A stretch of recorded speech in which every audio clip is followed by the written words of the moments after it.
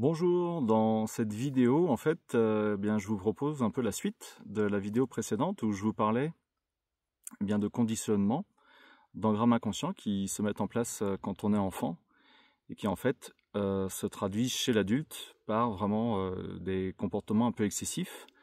Ça peut être des peurs, des anxiétés, bref, tout un tas de comportements à l'âge adulte qu'on a du mal à expliquer, mais qui en fait, quand on vient creuser un peu dans l'enfance de la personne, on s'aperçoit qu'en fait, il s'agit uniquement de conditionnement inconscient qu'on peut tout à fait enlever, déverrouiller, débloquer, pour que la personne vive vraiment sous sa réelle identité.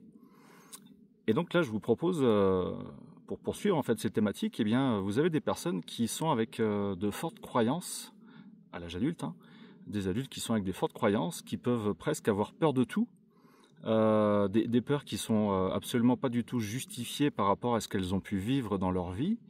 Et en fait, ça peut un peu aussi leur pourrir la vie et pourrir la vie de leurs proches, puisque la personne en fait va être réticente pour faire certaines activités, va avoir en effet des freins qui vont l'empêcher de suivre son conjoint, sa conjointe, des amis, etc., sa famille. Et en fait, on va trouver ces croyances et toutes ces peurs, leur origine, par exemple, ça peut être un enfant qui aura été le confident de son parent. En effet, des fois, vous avez des parents qui ne s'en rendent pas compte, mais ils sont dans leur solitude, ils sont dans leur drame personnel. Et en fait, la seule personne qu'ils ont trouvée pour se confier, pour se délester de leur charge émotionnelle, ça va être un de leurs enfants ou leurs enfants. Sauf que l'enfant, lui, généralement, n'est pas du tout prêt à accueillir ça. Et puis, d'ailleurs, c'est pas du tout son rôle. Mais ce qui se passe, c'est qu'à ce moment-là, l'enfant, en fait, il va absorber ce que va lui dire son parent. Et si son parent lui dit y a ça que j'aime pas, y a ça qui a été méchant avec moi, y a ça qui me fait peur, en fait, si vous voulez, l'enfant va se dire, ok, ce sont mes dégoûts, ce sont mes peurs, c'est à ça, je dois avoir peur de ci, je dois avoir peur de ça. Et si l'enfant absorbe ça, ça veut dire qu'à l'âge adulte, en fait, ça fera partie de sa vie. C'est comme si c'était un acquis. D'où l'existence de croyances tout à fait inconscientes, incontrôlées, qui se sont programmés à l'enfance parce que l'enfant aura pu être le confident de son parent. Malheureusement, ça peut arriver parfois lorsqu'il y a, c'est ce que j'observe chez des personnes qui viennent me consulter en fait, ça arrive parfois lorsqu'il y a un parent en fait qui vient à rompre une relation et l'autre se retrouve tout seul. Et dans cette solitude, dans la blessure de cette séparation, en fait, va prendre l'enfant comme si c'était un nouveau conjoint, un nouveau partenaire, entre guillemets, bien sûr, et lui partager ces moments de sa vie où cet adulte ne se sent pas bien. Mais c'est comme ça, on ne peut pas y faire grand-chose, c'est la personne qui est vraiment dans son désœuvrement, et par contre, on peut tout à fait déprogrammer l'adulte qui aura appris ça de son parent jadis quand il était enfant. Vous avez aussi des adultes qui, quelque part, pour se protéger, pour faire en sorte d'être acceptés par les autres, pour ne pas être rejetés, vont avoir un comportement où ils n'auront pas de scrupules et à mentir. C'est-à-dire que pour eux, leur fonctionnement, en fait, c'est de ne pas raconter la vérité sur ce qu'ils font dans la journée, sur ce qu'ils ont pu faire au travail, sur ce qu'ils ont réalisé pendant un certain moment. Tout simplement parce que s'ils jugent eux-mêmes que quelque part, on pourrait éventuellement leur dire « Bah oui, mais j'attendais ça de toi, j'aurais aimé que tu fasses ceci ».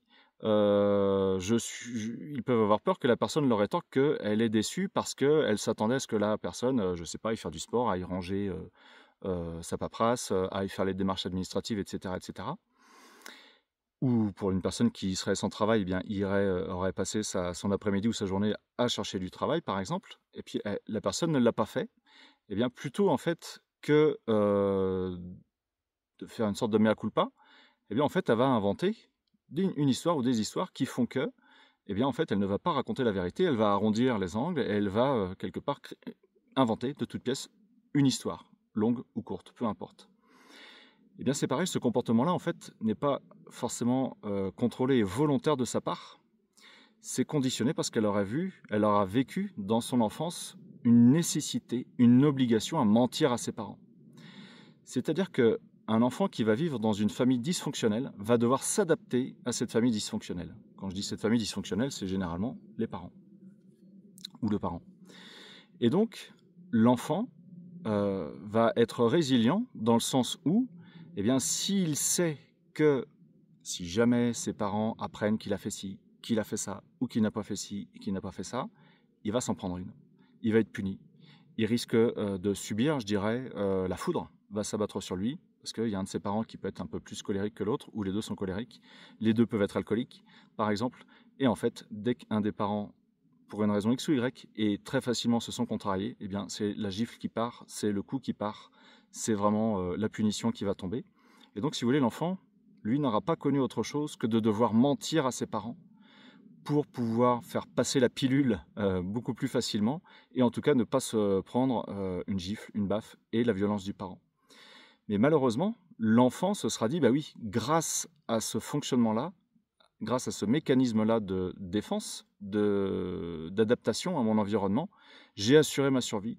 Ça m'a évité bien des tracas, ça m'a évité bien des souffrances, bien des douleurs, et donc c'est comme si c'était un fonctionnement normal chez lui. Et on va le retrouver du coup à l'âge adulte. Sachant que quelque part, évidemment, on va se dire, bah oui, mais à l'âge adulte, il n'est plus enfant, il peut se défendre, et puis en face de lui, il n'y a pas quelqu'un qui va être violent, il n'y a pas quelqu'un qui va forcément s'en prendre à lui si la personne n'a pas fait ce qu'on attendait d'elle, ou si la personne n'est pas allée jusqu'au bout de ce qu'elle devait faire, par exemple. Et ça, le problème n'est pas là. C'est-à-dire que pour elle, si il y a un début de crainte, un début de peur d'être jugé, d'être dévalorisé, de peut-être subir une remontrance ou peut-être de subir une moquerie. Mais après, tout dépend à qui elle a affaire évidemment en face d'elle. Mais juste tout simplement, si elle a peur d'être jugée, eh bien ça sera plus fort qu'elle. Elle se sentira obligée de mentir pour raconter ce qu'elle a fait durant sa journée, par exemple. Un autre exemple de comportement qu'on va trouver à l'âge adulte, je vais d'abord vous donner l'origine émotionnelle et de l'histoire de la personne, puis ensuite les conséquences.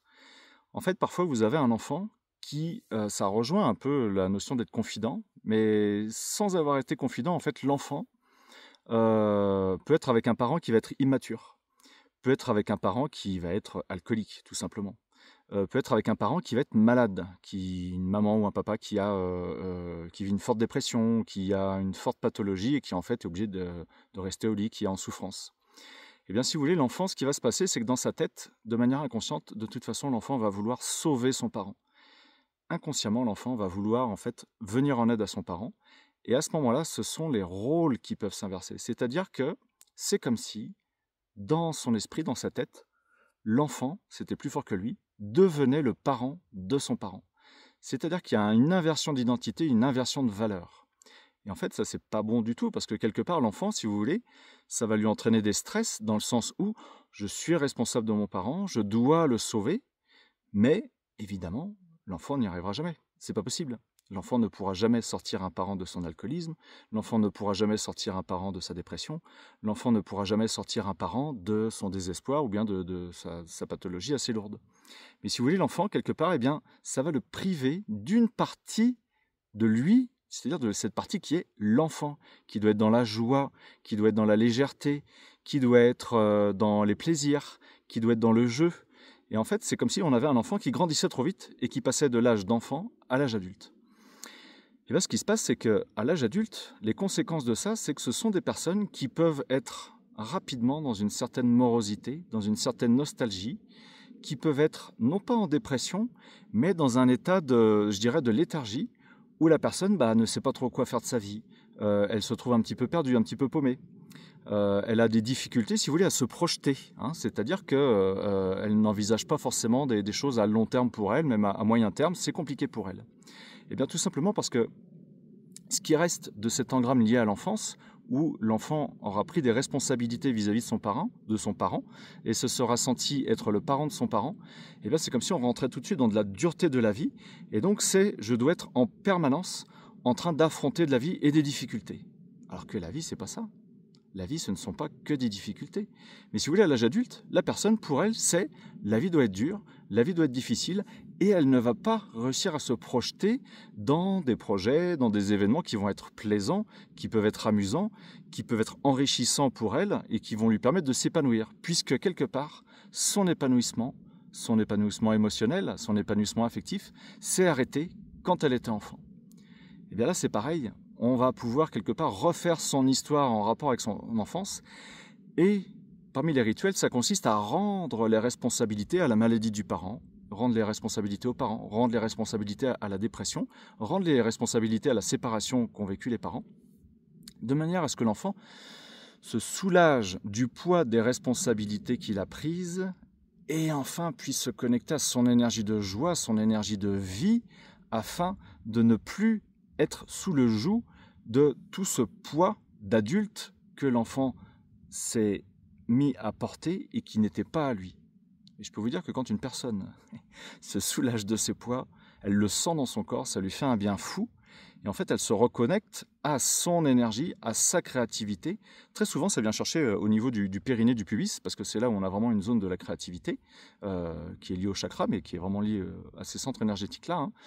Et la personne, du coup, va être dans sa créativité, dans sa projection d'elle-même. Et donc, généralement, eh bien, elle va pouvoir avoir des projets, des événements plus ambitieux pour elle, plutôt que de se retrouver quelque part, je suis coincé dans ma vie, je me retrouve planté. Vous voyez ?